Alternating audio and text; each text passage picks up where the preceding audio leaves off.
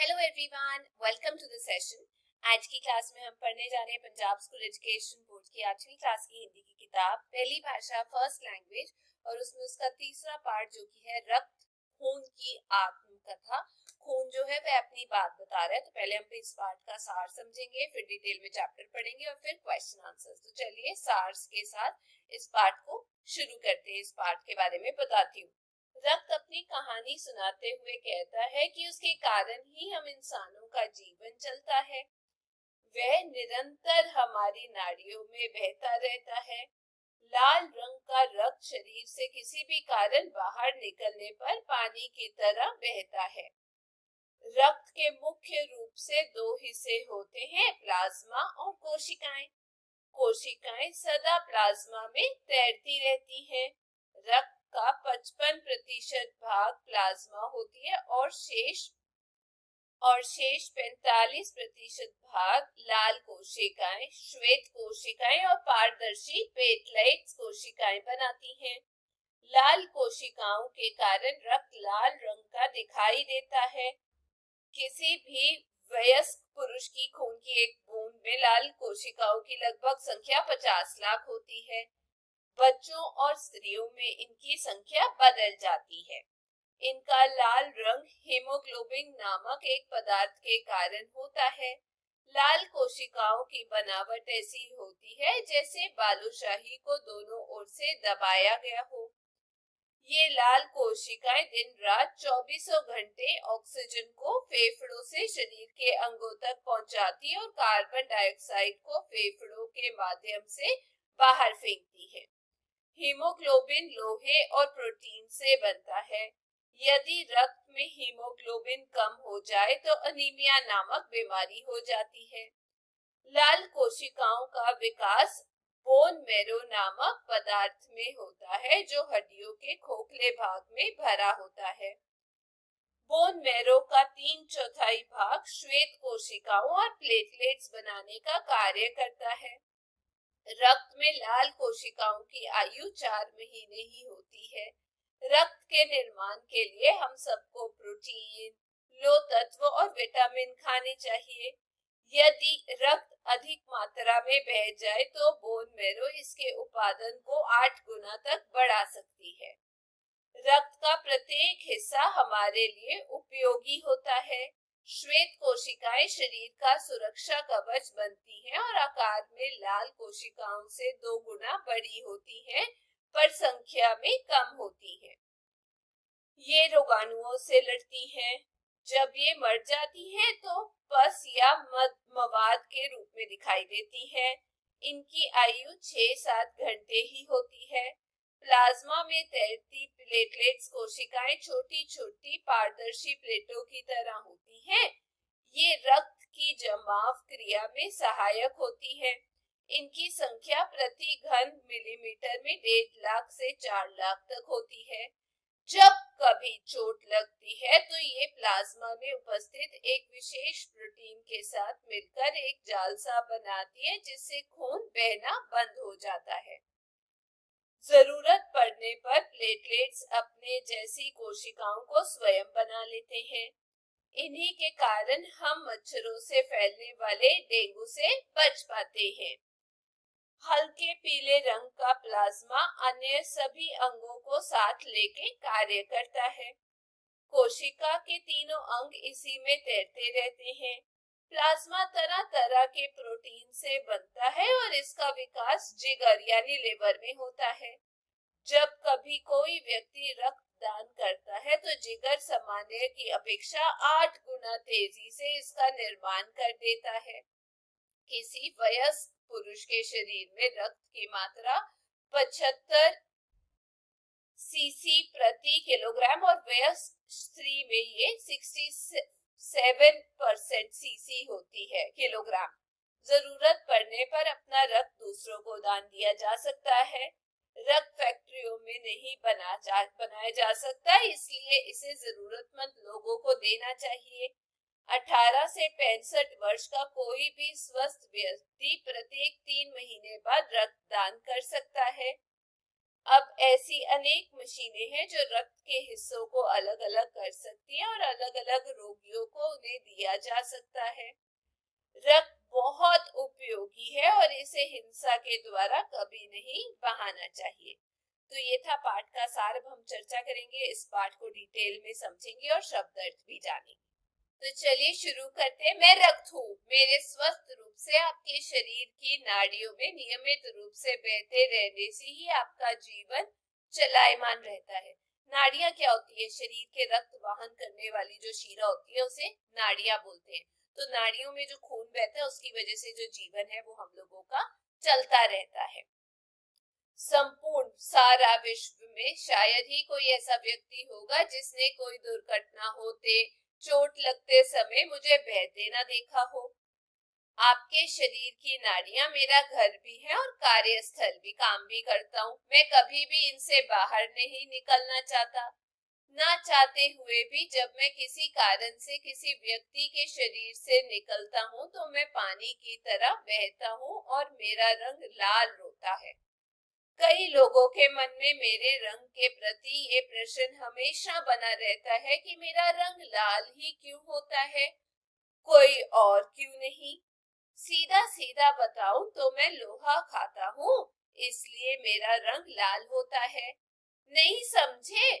तो सुनिए, मैं आपको अपनी संरचना के बारे में बताता हूँ, आपको सब पता चल जाएगा। मैं देखने में लाल द्रव्य के समान होता हूँ, पानी की तरह बहता हूँ, लेकिन मेरी संरचना पानी की अपेक्षा काफी जटिल है, सॉलिड। मुख्य तौर पे मेरे दो अंग हैं। पहला प्लाज्मा, जो कि एक द्रव्य के रूप में होता है। मेरा दूसरा अंग विभिन्न प्रकार की कोशिकाएं होती हैं जो मेरे पहले अंग प्लाज्मा में तैरती रहती हैं। मेरा प्लाज्मा भाग आधे से अधिक 55% होता है और बाकी 45% का भाग लाल कोशिकाओं, श्वेत कोशिकाओं और पारदर्शी प्लेटलेट्स कोशिकाओं का बना होता है। ये लाल कोशिकाएं ही होती हैं जिनके कारण संपूर्ण जगत में प्रत्येक मनुष्य में मेरा रंग लाल होता है। अगर आप मेरी इन लाल कोशिकाओं को देखना चाहें तो उनको विशेष सूक्ष्मदर्शी से ही देखा जा सकता है। आप इनको किसी से कम ना समझे। एक वयस्क पुरुष में मेरी एक बूंद में इनकी संख्या लगभग 50 लाख तक होती है। इनकी संख्या स्त्रियों और बच्चों में भिन्न भिन्न होती है। इनका लाल रंग इनमें उपस्थित मौजूद हीमोग्लोबिन नामक पदार्थ के कारण होता है। इनकी बनावट ऐसी प्रतीत होती है जैसे किसी बालूशाही की दोनों तरफ से दबाया गया हो। मेरी ये लाल कोशिकाएं मेरे साथ आपके शरीर के लिए दिन रात काम करती हैं। ऑक्सीजन को फेफड़ों से शरीर तक पहुंचाना और कार्बन डाइऑक्साइड को फेफड़ों द्वारा बाहर फेंकने तक के कार्यों में यही तो मुख्य भूमिका निभाती हैं आरबीसी। अब तो आप समझ ही गए होंगे कि आखिर मेरा रंग लाल क्यों होता है। जी हाँ, आपने ठीक समझा।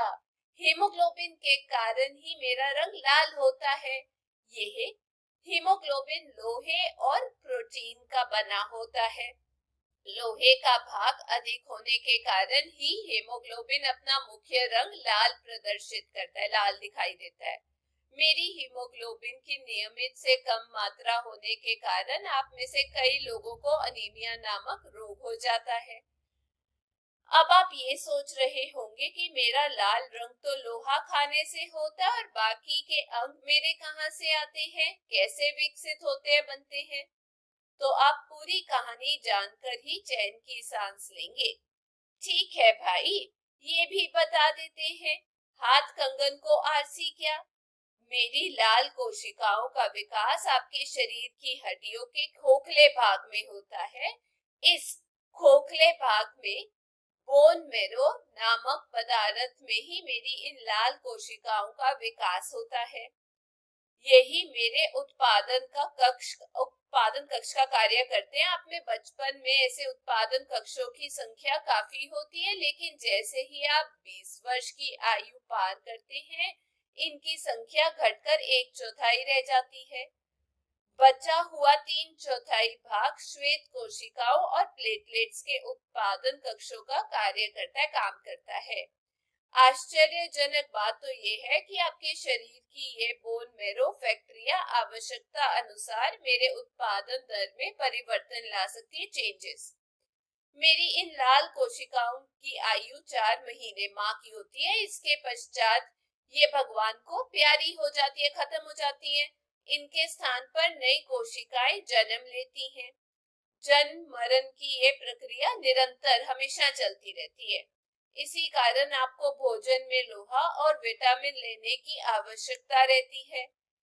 आप सभी को हर रोज इनके उत्पादन के लिए प्रोटीन, लौह तत्व और विटामिन रूपी कच्चे माल की आवश्यकता होती है।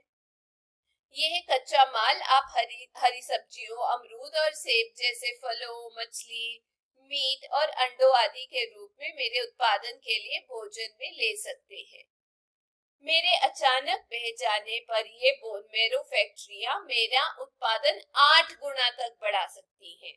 इसलिए आवश्यकता पड़ने पर किसी को दान करने से आप में किसी प्रकार की कोई कमी या कमजोरी नहीं आती। मेरा प्रत्येक अंग आपकी सेवा में अपना अपना कार्य उचित अच्छे ढंग से करता है। मेरे प्रत्येक अंग का कार्य आपके लिए महत्वपूर्ण जरूरी है। मेरे प्लाज्मा रूपी अंग में तैरती श्वेत कोशिकाएं आपके शरीर का सुरक्षा कवच है, WBC। ये लाल कोशिकाओं की अपेक्षा 2 गुना बड़ी होती हैं और संख्या में बहुत कम होती है। फिर भी ये मेरी एक बूंद में लगभग 10,000 के करीब होती हैं। मेरी ये श्वेत कोशिकाएं आपके शरीर में किसी रोगाणु बीमारी की घुसपैठ के समय किसी बहादुर सिपाही की तरह बचाव के लिए आती है। ये बाहरी रोगाणुओं से लड़ते समय अपने प्राण देकर भी आपकी रक्षा करती हैं। आपने आमतौर पर ये देखा ही होगा कि चोट लगने पर चोट के स्थान पर एक सफेद द्रव्य बाहर निकलता है। ये श्वेत मृत कोशिकाएं ही होती हैं जो रोगाणुओं से लड़ते लड़ते शहीद हो जाती हैं। इसे पस या मवाद कहते हैं। इनकी आयु 6-7 घंटे होती है। हालांकि कुछ एक कोशिकाओं की आयु 2 से 3 दिन या इससे भी अधिक हो सकती है। इनके विकास के लिए किसी विशेष प्रकार के भोजन की आवश्यकता नहीं होती। ये आवश्यकता अनुसार बढ़ जाती है और जरूरत पूरी होने पर सामान्य हो जाती है, नॉर्मल। बाकी रह गई प्लाज्मा में तैरती प्लेटलेट्स कोशिकाएं। अगर इनका जिक्र न किया गया तो ये मुझे छोड़ कहीं और जमावड़ा कर लेंगी। यदि इनकी कमी मुझ में आ गई तो साहब डेंगू की बीमारी आपको होगी। चलिए, आप भी क्या याद करेंगे? आपको डेंगू नहीं होने देते। प्लेटलेट्स के बारे में चर्चा करते हैं। इनका आकार छोटी सपाट प्लेटों की तरह होता है। ये पारदर्शी कोशिकाएं चोट लगने पर मुझे अधिक बहने से रोकने के लिए मेरे जमाव क्रिया में सहायता करती हैं। इनकी संख्या मेरे प्रति घन मिलीमीटर में 1,50,000 से 4 लाख तक होती है। चोट लगने पर ये कोशिकाएं प्लाज्मा में उपस्थित एक विशेष प्रोटीन के साथ मिलकर मकड़ी जाल के समरूप एक बढ़िया सा जाल बना देती हैं। ये जाल मेरी लाल कोशिकाओं को रोक लेता है। इसी प्रक्रिया में मैं कुछ ही समय में चोट के स्थान पर जमकर सख्त हो जाता हूँ, जिससे मैं एक पपड़ी का रूप धारण कर लेता हूँ और बहना बंद हो जाता हूँ। समय के साथ पपड़ी के नीचे की त्वचा विकसित होकर घाव को भर देती है, बढ़कर। प्लेटलेट्स के विकास के लिए किसी विशेष प्रकार के भोजन की आवश्यकता नहीं पड़ती। सामान्य संतुलित बैलेंस्ड भोजन ही पर्याप्त रहता है। आवश्यकता पड़ने पर ये प्लेटलेट्स अपने जैसी कोशिकाएं स्वयं ही विकसित कर लेती है, बना लेती हैं। चलो, मेरी सांस में तो सांस आई। मैंने तो आपको डेंगू से बचा लिया। अब आप भी संतुलित भोजन लेकर और स्वस्थ एवं स्वच्छ जीवन शैली अपनाकर इस नामुराद डेंगू से दूरी बना सकते हैं। लो जी, अब मैं आपको अपने प्रमुख अंग प्लाज्मा के बारे में जानकारी देता हूँ, जिसमें सब होते हैं। मुझे इसके बड़प्पन और शालीनता पर गर्व है। ये हल्के पीले रंग का द्रव्य बड़ी शालीनता से मेरे बाकी के अंगों को अपने साथ लेकर चलता है। मेरे बाकी के कोशिका भाग के तीनों अंग इसी में तैरते रहकर अपना अपना कार्य करते हैं। ये प्लाज्मा का बड़प्पन ही तो है जिसके कारण मेरे बाकी के अंग इसकी सहायता से बेझिझक अपना कार्य संपन्न पूरा करते हैं। ये प्लाज्मा कई तरह के प्रोटीन्स का बना होता है जिनका विकास आपके शरीर के लिवर जिगर में होता है। मुझे दान करने के पश्चात या किसी बीमारी के कारण मुझ में अगर प्लाज्मा की कमी आ जाती है तो लिवर सामान्य की अपेक्षा 8 गुना प्लाज्मा का विकास कर सकता है और जरूरत पड़ने पर इससे अधिक भी। मैं अपने इन्हीं अंगों के सहायता से ही आपकी नाड़ियों में बहकर आपकी सेवा में खुशी अनुभव करता हूँ। मेरी यही इच्छा रहती है कि आप मेरे अंगों के विकास के लिए पर्याप्त मात्रा में संतुलित भोजन ग्रहण करें और स्वच्छ जीवन शैली अपनाएं। यदि आप मेरे अंगों को स्वस्थ और नियमित मात्रा में रखेंगे तो मैं आपकी हर मुश्किल में सहायता करने का प्रण करता हूँ। मैं प्राय एक वयस्क के शरीर में 75 सीसी प्रति किलोग्राम की मात्रा में होता हूँ और एक वयस्क स्त्री में 67 सीसी प्रति किलोग्राम की मात्रा में पाया जाता हूँ। इसलिए औसतन में एक वयस्क शरीर में 4 से 5 लीटर तक होता हूँ। इसलिए आवश्यकता पड़ने पर मुझे किसी की जीवन रक्षा के लिए अवश्य दान करना चाहिए। मुझे एक मनुष्य ही दूसरे मनुष्य को दान कर सकता है, क्योंकि आपके शरीर की बोन मैरो फैक्ट्रियों के अतिरिक्त मुझे दुनिया की कोई और फैक्ट्री नहीं बना सकती। दुर्घटनाओं, बड़े ऑपरेशनों और कुछ भयंकर बीमारियों के इलाज के समय मेरी अत्यंत आवश्यकता रहती है, जरूरत होती है। इसलिए 18 से 65 वर्ष का कोई भी स्वस्थ व्यक्ति प्रत्येक 3 महीने बाद स्वेच्छा से किसी मान्यता प्राप्त ब्लड बैंक में जाकर रक्तदान शिविर में या आवश्यकता पड़ने पर किसी मरीज को समय रहते मुझे दान कर सकता है। अब तो विज्ञान ने ऐसी मशीनों का भी आविष्कार कर दिया है जो मेरे अंगों को भी अलग अलग कर देती है, जिससे मेरे दान का लाभ एक से अधिक व्यक्तियों को भी मिल जाता है। मरीज को मेरे जिस भाग की आवश्यकता होती है केवल वही भाग उसे चढ़ाया जाता है और बाकी के भागों को सुरक्षित रख लिया जाता है। एक ही यूनिट से प्लाज्मा की कमी वाले को प्लाज्मा और प्लेटलेट्स की कमी वाले को प्लेटलेट्स अलग करके चढ़ा दिए जाते हैं। इसलिए मैं तो अपने प्रत्येक अंग को अलग अलग करके भी आपके काम आता हूँ। मैं इस पर अभिमान नहीं करता, गर्व नहीं करता, क्योंकि ये तो मेरा काम है। बस आप भी संकल्प ले कि मुझे स्वस्थ रखने के लिए पर्याप्त मात्रा में संतुलित भोजन लेंगे और स्वच्छ जीवन शैली अपनाकर मुझे जरूरत के समय दान करेंगे, ना कि किसी प्रकार की हिंसा में मुझे व्यर्थ बहाएंगे। हिंसा यानी लड़ाई। तो ये था आज का पाठ। अब हम चर्चा करेंगे इस पाठ के अभ्यास के बारे में। तो चलिए शुरू करते हैं। सबसे पहले शब्दार्थ।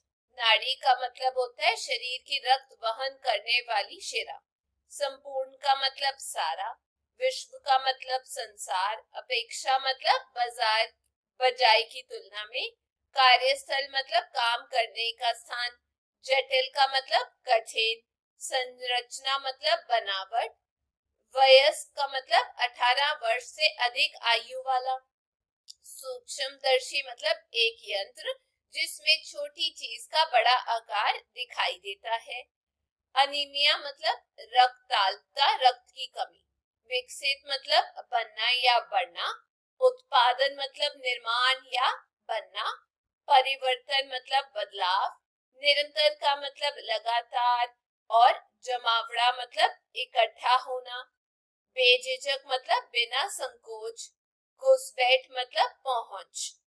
द्रव्य तरल पदार्थ होते हैं, नामुराद जिसका कोई कामना ना हो।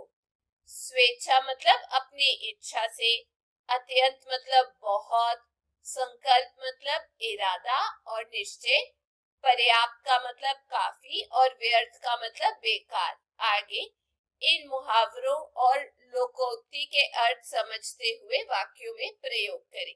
अब जैसे यहाँ पर चैन की सांस लेना, भूकंप के झटकों के बाद पुत्र को सुरक्षित घर वापस आया देख माँ ने चैन की सांस ली।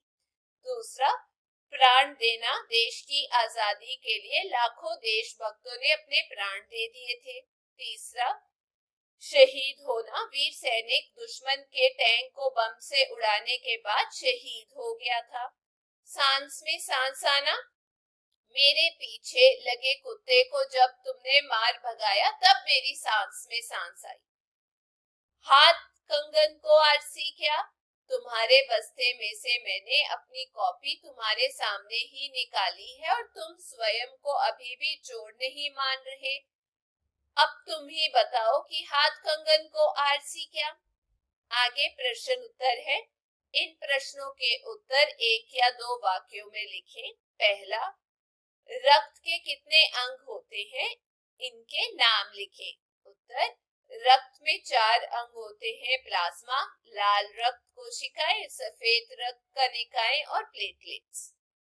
दूसरा, लाल कोशिकाओं का रंग किस पदार्थ के कारण लाल होता है।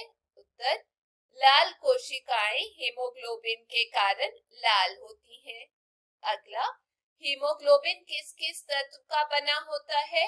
उत्तर, हीमोग्लोबिन लोहे और प्रोटीन से बना होता है। लाल कोशिकाओं का मुख्य कार्य क्या है। उत्तर, लाल कोशिकाएं फेफड़ों से ऑक्सीजन को शरीर के अंगों तक और कार्बन डाइऑक्साइड को शरीर से बाहर फेंकवाती हैं। अगला, लाल कोशिकाओं का विकास कहाँ होता है। उत्तर, लाल कोशिकाओं का विकास बोन मैरो में होता है। अगला, श्वेत कोशिकाएं क्या कार्य करती हैं। उत्तर, श्वेत कणिकाएं या कोशिकाएं बाहरी रोगाणुओं से लड़कर शरीर को स्वस्थ रखती हैं। अगला, प्लेटलेट्स कोशिकाएं रक्त जमाव में कैसे सहायता करती हैं। उत्तर, पारदर्शी प्लेटलेट्स प्लाज्मा में उपस्थित विशेष प्रोटीन के साथ मिलकर मकड़ी के जाल की तरह एक बढ़िया सा जाल लाल कोशिकाओं को रोक देता है। पपड़ी के रूप में जमकर ये रक्त जमाव कर देता है। अगला, प्लाज्मा का विकास शरीर के किस अंग में होता है। उत्तर, प्लाज्मा का विकास जिगर यानी लिवर में होता है। एक वयस्क स्त्री और पुरुष में प्रति किलोग्राम रक्त की कितनी मात्रा होती है।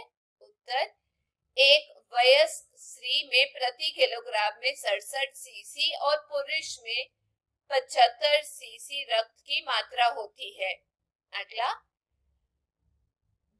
किस आयु वर्ग के व्यक्ति रक्तदान कहां कहां पर जाकर कर सकते हैं।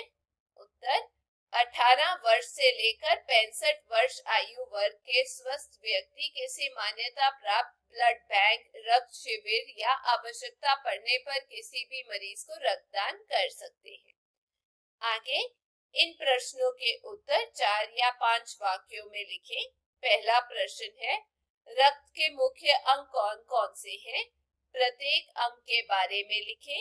उत्तर, रक्त के मुख्य अंग प्लाज्मा, लाल कोशिकाएं, श्वेत कोशिकाएं और प्लेटलेट्स होते हैं। प्लाज्मा हल्के पीले रंग का द्रव्य है जिसमें उसके अन्य सभी अंग तैरते रहते हैं और इसी की सहायता से अपना अपना काम करते हैं। इसका विकास जिगर यानी लिवर में होता है। लाल रक्त कोशिकाएं हेमोग्लोबिन की उपस्थिति के कारण लाल होती हैं। इनका आकार बालूशाही की तरह होता है। ये फेफड़ों से ऑक्सीजन लेकर शरीर के अंगों तक भेजती हैं तथा कार्बन डाइऑक्साइड को फेफड़ों के द्वारा शरीर से बाहर निकालती हैं। श्वेत कोशिकाएं बोन मैरो में बनती हैं। इनकी संख्या लाल कोशिकाओं से बहुत कम होती है, पर ये आकार में उनसे दुगनी बड़ी होती है। ये शरीर में प्रवेश करने वाले रोगाणुओं से लड़ती हैं और शरीर को रोगों से बचाती हैं। प्लेटलेट्स पारदर्शी छोटी सपाट प्लेटों जैसे होते हैं। ये रक्त को बहने से रोकने के लिए जमाव क्रिया में सहायता करते हैं। अगला प्रश्न, लाल कोशिकाओं के बारे में आपने क्या सीखा? उत्तर, लाल कोशिकाओं का रंग सदा लाल होता है और इसका कारण इसमें उपस्थित हीमोग्लोबिन होता है जो लोहे और प्रोटीन से बनता है। लाल कोशिकाओं की बनावट दोनों ओर से दबी बालूशाही जैसी होती है। किसी वयस्क पुरुष में रक्त की एक बूंद में इनकी संख्या लगभग 50 लाख तक होती है, लेकिन स्त्रियों और बच्चों में इनकी संख्या इससे भिन्न होती है। लाल कोशिकाएं दिन रात काम करती हैं और फेफड़ों से ऑक्सीजन लेकर शरीर के सभी अंगों तक पहुंचाती है। ये कार्बन डाइऑक्साइड को फेफड़ों के माध्यम से शरीर से बाहर निकालती हैं। लाल कोशिकाएं बोन मैरो में बनती हैं और इनकी आयु 4 महीने ही होती है। अगला, श्वेत कोशिकाओं के बारे में आपने क्या सीखा? उत्तर, श्वेत रक्त कोशिकाएं बोन मैरो में बनती हैं। ये प्लाज्मा में तैरती हैं। ये लाल कोशिकाओं के आकार में 2 गुना बड़ी होती है, लेकिन संख्या में बहुत कम होती है। मतलब इसका जो नंबर होता है लाल वालों से उससे बहुत ज्यादा कम होता है, साइज बड़ा होता है। आगे बताया गया है, रक्त की एक बूंद में इनकी संख्या लगभग 10,000 होती है। ये शरीर में प्रवेश करने वाले रोगाणुओं से लड़ती हैं और उन्हें मारकर बीमारियों से हमारी रक्षा करती हैं। किसी चोट से निकली मवाद या पस भरी हुई श्वेत रक्त कोशिकाएं ही होती हैं। इनकी आयु कुल 6-7 घंटे ही होती है। ये आवश्यकता अनुसार बढ़कर शरीर की रक्षा करती है और इन्हें किसी विशेष प्रकार के भोजन की आवश्यकता नहीं होती। अगला, प्लेटलेट्स की क्या भूमिका है? उत्तर, प्लेटलेट्स प्लाज्मा में तैरने वाले पारदर्शी छोटी छोटी सपाट प्लेटों की तरह होते हैं। ये शरीर से बहने वाले रक्त की जमाव क्रिया में सहायता देती हैं। रक्त के प्रति घन मिलीमीटर में इनकी संख्या लगभग 1.5 लाख से 4 लाख तक होती है। चोट लग जाने की स्थिति में ये एक विशेष प्रोटीन के साथ मिलकर मकड़ी के जाल की तरह जाला सा बना देती हैं, जिससे लाल रक्त कणिकाएं बाहर निकलनी बंद हो जाती हैं। समय के साथ ये त्वचा के साथ विकसित होकर घाव को भर देती हैं। इन्हें किसी विशेष भोजन की आवश्यकता नहीं होती। ये अपनी तरह की अन्य कोशिकाओं को स्वयं विकसित कर लेती हैं। अगला, प्लाज्मा के बारे में आपने क्या जाना? उत्तर, प्लाज्मा रक्त का प्रमुख अंग है जिसमें रक्त की अन्य कोशिकाएं अपने अपने कार्य करने के लिए तैरती रहती हैं। हल्के पीले रंग के इस द्रव्य की उपस्थिति में ही रक्त के अंग अपने काम को पूरा कर पाते हैं। ये जिगर यानी लिवर में बनता है और इसकी रचना अनेक प्रकार के प्रोटीन से होती है। आवश्यकता पड़ने पर जिगर यानी लिवर इसका विकास सामान्य की अपेक्षा 8 गुना तेजी से कर सकता है। अगला, रक्तदान करना क्यों जरूरी है? उत्तर, प्रत्येक मनुष्य के जीवन के लिए रक्त बहुत आवश्यक होता है। ये जीवन का प्रमुख आधार है। ये कृत्रिम रूप से नहीं बनाया जा सकता। ये बोन मैरो में ही बनता है। दुर्घटनाओं, भयंकर बीमारियों, बड़े ऑपरेशनों आदि के कारण अनेक बार शरीर में रक्त कम हो जाता है, जिसे तत्काल पूरा करने के लिए स्वस्थ लोगों के रक्तदान से सहायता लेनी ही पड़ती है। ऐसा करने से रक्तदाता को कोई क्षति नहीं होती, लेकिन जरूरतमंद व्यक्ति की जान बच जाती है। रक्तदान को इसीलिए महादान भी कहा जाता है। आगे बताया गया है, इन शब्दों के विपरीत अर्थ वाले शब्द बनाओ। जैसे यहाँ पर उपस्थित का अनुपस्थित, वैसे ही उचित का अनुचित, इच्छा का अनिच्छा, आवश्यकता अनावश्यकता, नियमित अनियमित, स्वस्थ अस्वस्थ, हिंसा अहिंसा, पूर्ति अपूर्ति, वैसे जन्म का मरण, एक का अनेक, ग्रहण का त्याग और सामान्य का असामान्य। आगे इन शब्दों में से मूल शब्द पहचान कर लिखें। संपूर्ण में पूर्ण, संरचना में रचना, संकल्प का कल्प, सुरक्षित रक्षा, नियमित नियम, विकसित विकास और प्रदर्शित इक्वल्स दर्श, सुरक्षा का रक्षा। आगे इन शब्दों के पर्यायवाची शब्द लिखें। तो मैंने यहाँ पर इसका उत्तर लिखा है। रक्त का लहू और शोणित, स्वस्थ का निरोग और हिष्ट पुष्ट, नाड़ी का नली और रक्तवाहिनी, भूमिका का पृष्ठभूमि और प्रस्तावना, घुसपैठ का बलपूर्वक प्रवेश और बसना। आगे इन रेखांकित विशेषण शब्दों के भेद का नाम लिखिए। पहला, मेरा रंग लाल होता है। ये गुणवाचक विशेषण है जो लाल शब्द है। वैसे ही दूसरा, वयस्क पुरुष में मेरी एक बूंद में इनकी संख्या लगभग 50 लाख होती है। इसमें जो वयस्क है वो गुणवाचक विशेषण है, एक निश्चित संख्यावाचक विशेषण है और लगभग 50 लाख अनिश्चित संख्यावाचक विशेषण है, क्योंकि इसमें लगभग बोला गया। अगला, इनके स्थान पर नई कोशिकाएं जन्म ले लेती हैं। इसमें नई जो है वो गुणवाचक विशेषण है। अगला, हमें सदैव संतुलित भोजन लेना चाहिए। इसमें संतुलित जो है वो गुणवाचक विशेषण है। अगला, मेरी श्वेत कोशिकाएं आपके शरीर में किसी रोगाणु की घुसपैठ के समय किसी बहादुर सिपाही की तरह बचाव के लिए आती हैं। इसमें श्वेत जो है वो गुणवाचक विशेषण है, बहादुर भी गुणवाचक विशेषण है। और किताब में दिया गया अतिरिक्त ज्ञान, अपने रक्त समूह ब्लड ग्रुप की जांच करवाएं। अपना रक्त समूह नोट करके रखें। ब्लड ग्रुप, रक्त समूह 8 प्रकार के होते हैं। A positive, A negative, B positive, B negative, A B positive, A B negative और पॉजिटिव ओ नेगेटिव। मान्यता प्राप्त संस्था को ही रक्तदान करें, क्योंकि बीमारियां भी हो जाती हैं और रक्त बेचना एक दंडनीय अपराध है, तो आप इसमें हिस्सा मत लीजिएगा। तो ये थी आज की क्लास। मैं उम्मीद करती हूँ आप सबको ये पाठ और प्रश्न उत्तर समझ आ गए होंगे।